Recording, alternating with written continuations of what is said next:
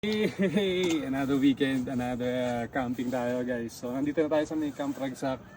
At ito nakaparking na tayo sa Sylvester at si Darwin.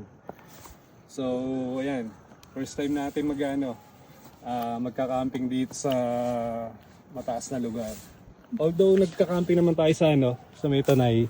As you can see dito, pakita ko sa inyo kung gaano kataas to guys. Ayan o, ito yung Baguio guys, yan. So dito sa may Camp Ragsak. Ayun, ba overlooking.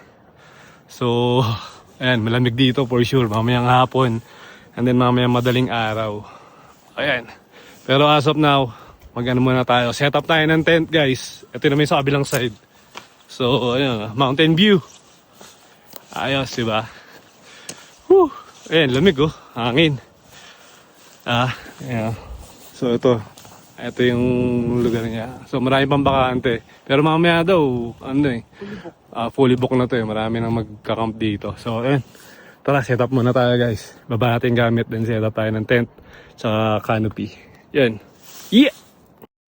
Hey! So yun na nga guys, at nanghiram lang pala muna tayo ng flysheet natin dito dahil yung flysheet na ginamit natin last time nung nag-camping tayo sa may River Ranch, nasira guys. Actually yung pole lang naman yung nasira, so hiram lang muna tayo dahil dito yung magiging natin guys, lutuan tsaka dining area na rin as well.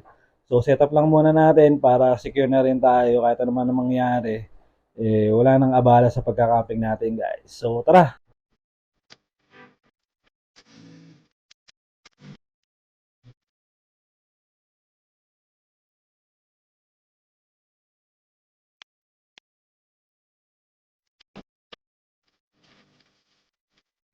Ayan guys, kita nyo, set up na tayo.